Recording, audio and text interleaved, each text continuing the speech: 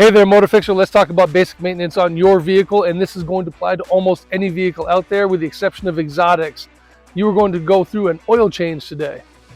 The first step is to get familiar with your vehicle. Of course, that is the engine, and this is the oil filler neck, usually identified by a picture of an oil can on top of the cap.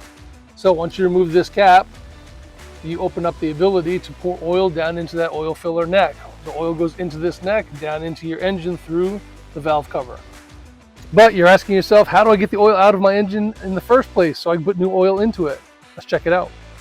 There are two steps you'll have to take to get the old oil out of the engine. The first is to drain the oil out of that oil pan because all the oil using gravity has fallen to the bottom of the engine. You get that done by removing that screw at the end of the oil pan right above the blue bucket. You will need a collection bucket, in this case half of a Lowe's bucket, underneath the oil drain plug just to make sure all the oil goes into the bucket and not on the ground. The second step you'll have to take is to remove that oil filter. When you remove that oil filter, some additional oil will drain out into your bucket as well.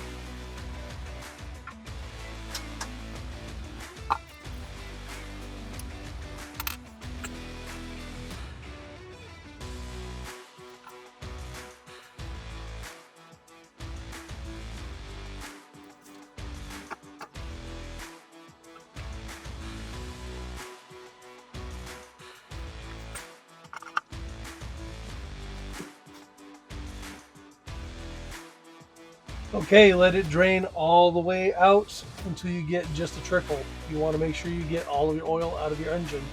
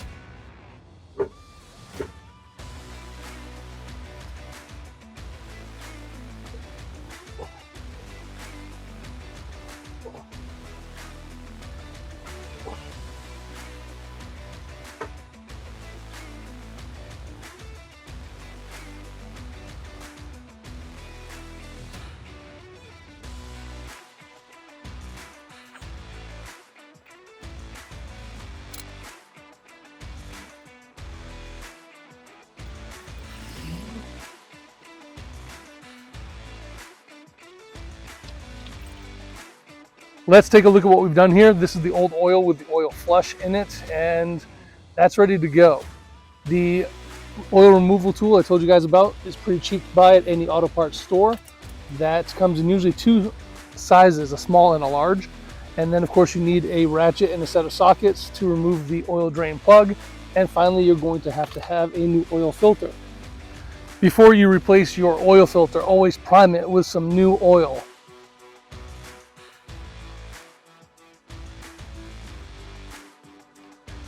To reinstall the oil filter, you're simply going to screw this back onto the center stud, which goes onto those threads that you see in the middle of the oil filter.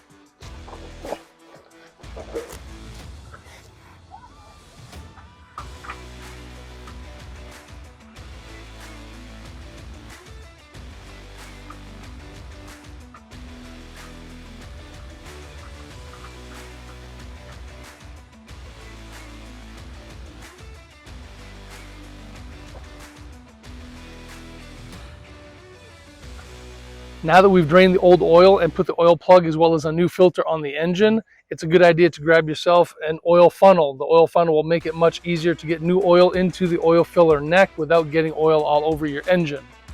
One other thing you should pay very close attention to is the recommended type of oil. As you can see, GMC recommends a 5W30 all-season motor oil, and I am going to put a full synthetic in this vehicle because this vehicle actually has 276,000 miles on it and it's still going strong. I want to protect the inside of this engine and make sure it runs for many more miles.